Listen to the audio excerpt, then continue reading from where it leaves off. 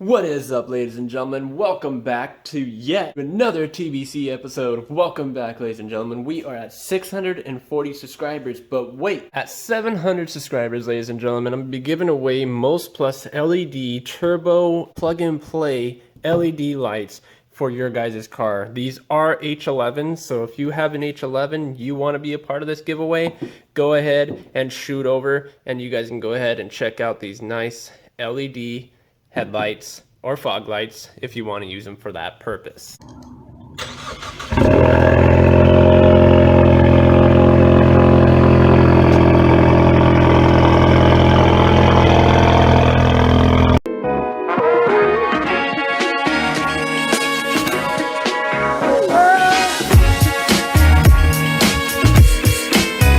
Now let's jump on to what today's video is going to be about, just for you guys at home. If you guys own a 2015 Jeep Grand Cherokee, this is going to be your problem solver. The Jeep decided to go ahead and throw a code, and this code, guys, is a small evap leak.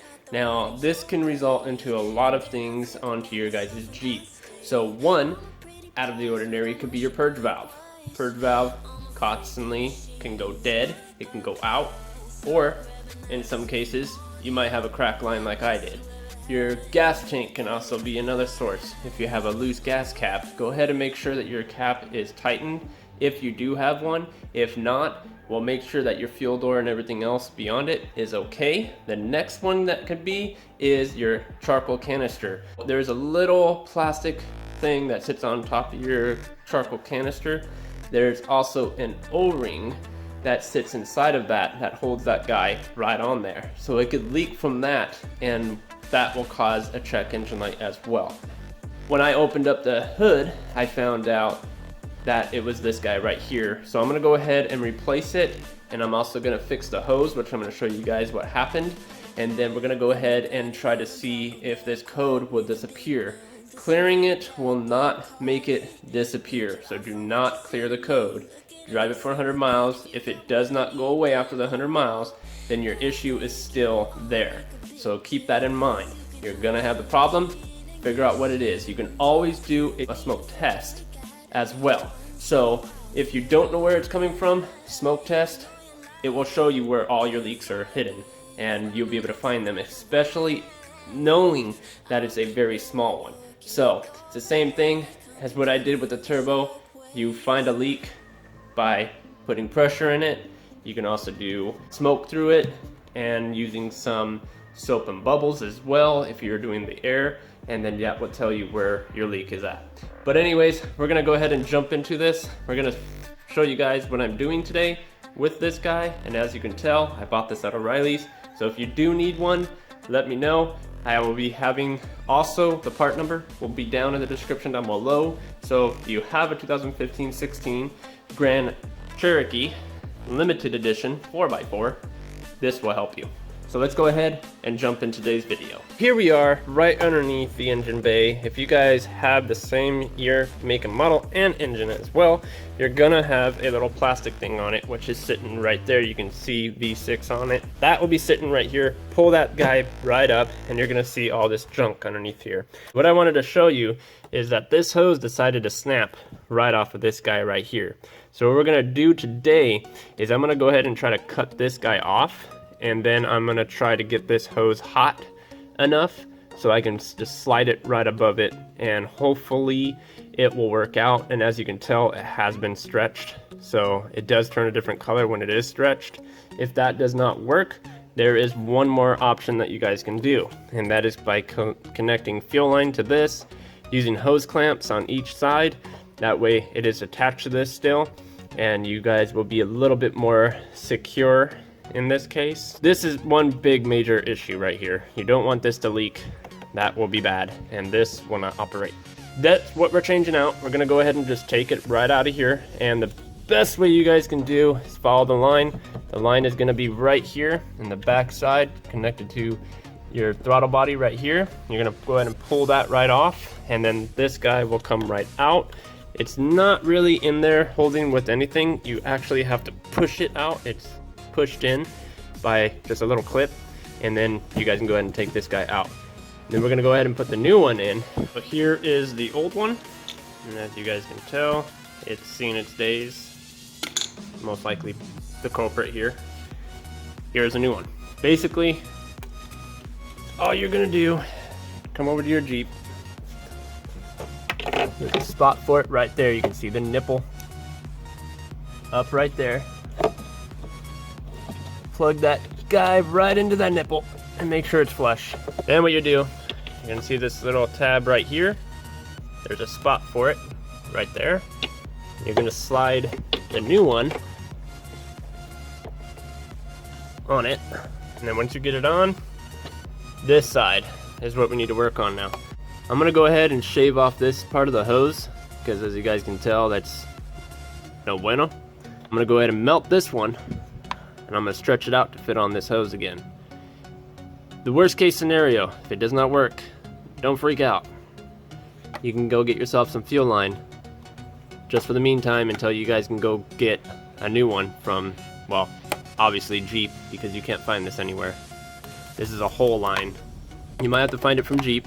If not, then, well, this way will work for quite a while actually. You won't have to replace it unless you live somewhere hot and dry. You're gonna have to change it out every once in a while, but other than that, that's it guys. This is pretty much the changing out the purge valve.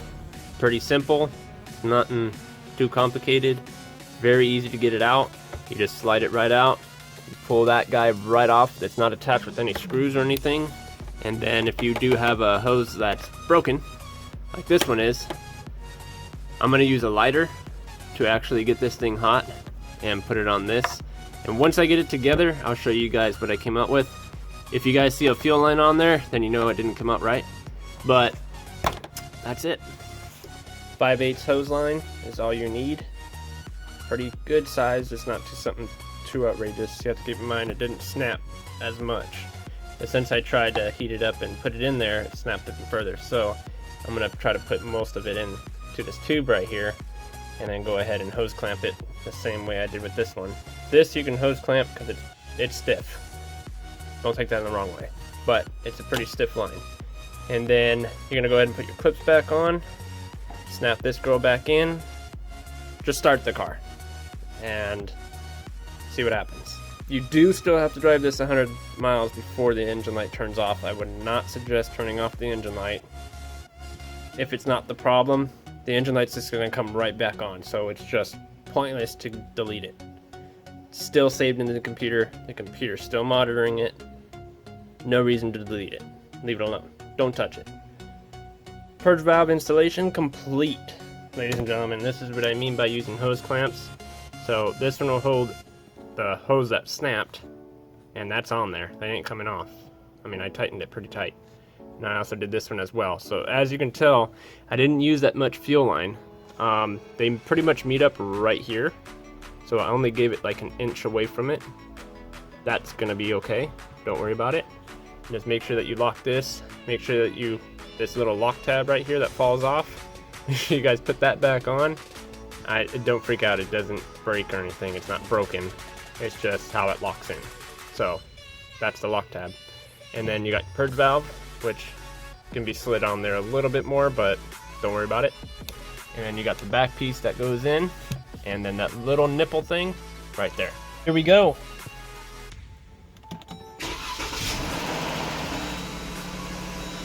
This car hasn't been started in a long time.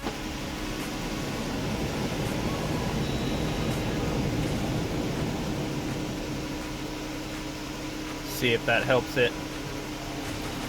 Let's go check out the motor. Motor seems to be running normal.